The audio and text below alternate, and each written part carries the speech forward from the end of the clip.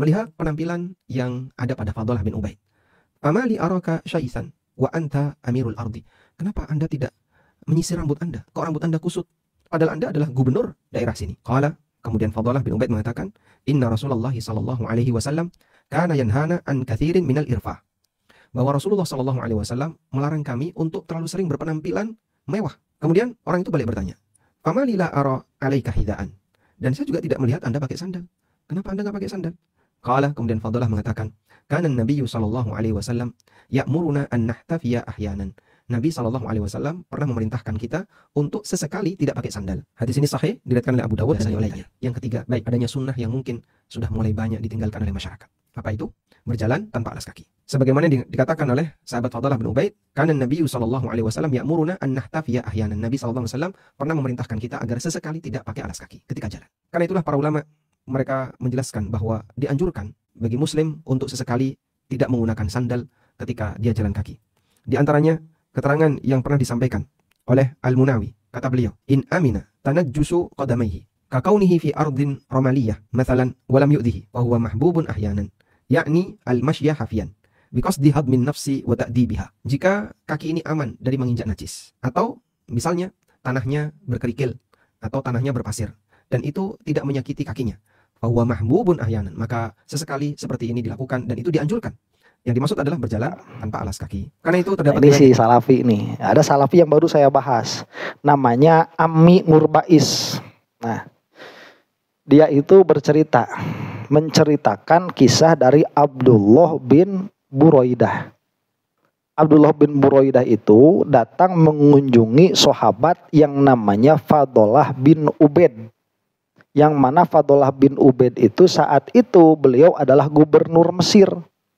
Untuk apa datangnya Abdullah bin Buraidah itu? Untuk meminta ilmu. Jadi memang keadaan orang-orang zaman terdahulu itu kalau urusannya sama ilmu, jarak jauh pun ditempuh. Mau perjalanan berbulan-bulan pun ditempuh. Jadi berkunjung itu hanya untuk mendapatkan ilmu, satu hadis saja.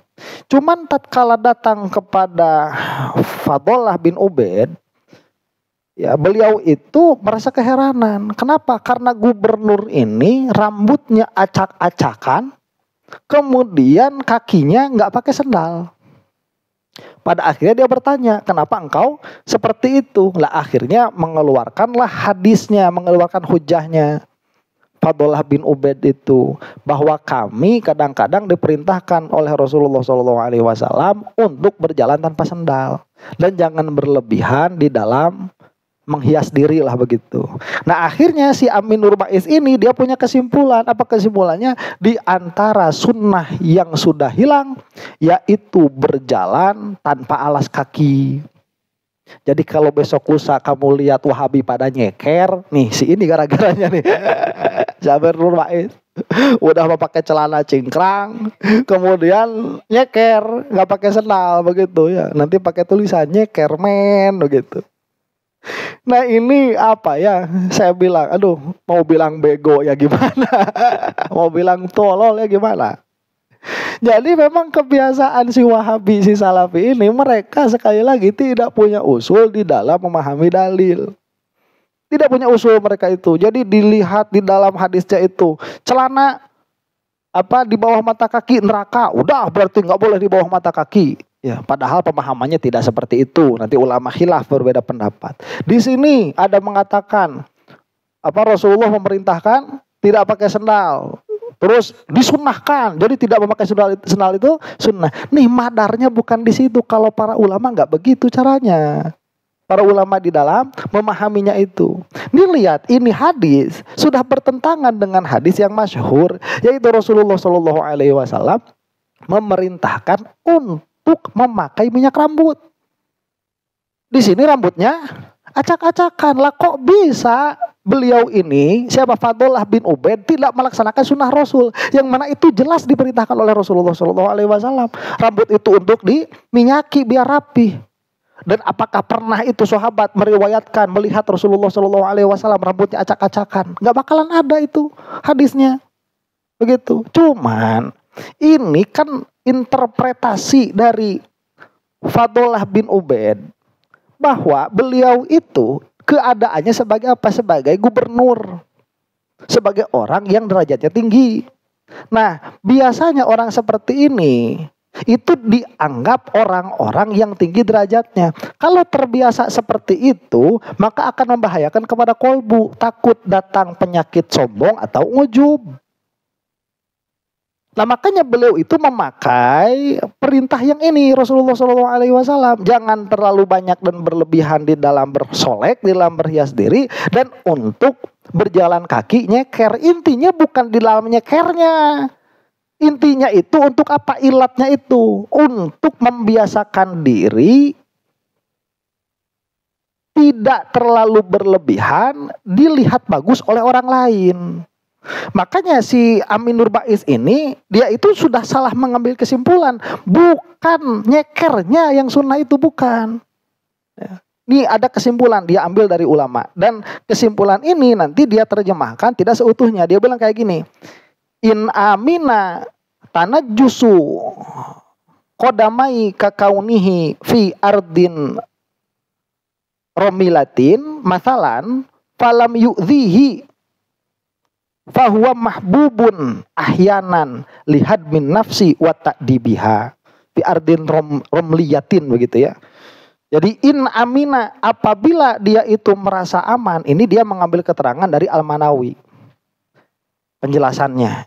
Apabila dia merasa aman dari kedua kakinya terkena najis, misalkan seperti dia itu ada pada tanah yang berkerikil, misalkan, dan tidak menyakitinya, jadi dalam keadaan tanahnya gak banyak duri, gak banyak beling begitu, maka berjalan kaki tanpa alas kaki itu mahbubun ahyanan, disunnahkan sekali-kali. Nah, sudah dia menjelaskan cuma sampai situ. Padahal ini ada taklilnya. Taklilnya tidak dia sebutkan. Apa taklilnya itu? Lihad min nafsi wa ta'dibiha, untuk menghancurkan ego. Wa ta'dibiha, dan mendidik ego. Jadi intinya bukan pada nyekernya. Makanya kita lihat orang-orang Wahabi ini, nanti mereka itu bakal begini. Ada orang nyeker, terus orang yang nyeker ini bakal bilang sama orang yang gak nyeker, kamu kok gak nyeker? Ini kan sunnahnya Rasulullah, bakal bilang kayak gitu. Akhirnya ilatnya jadi tersisihkan. Ilatnya itu nyeker supaya hati kamu tidak tinggi. Kamu malah nyeker merasa lebih tinggi daripada yang gak nyeker.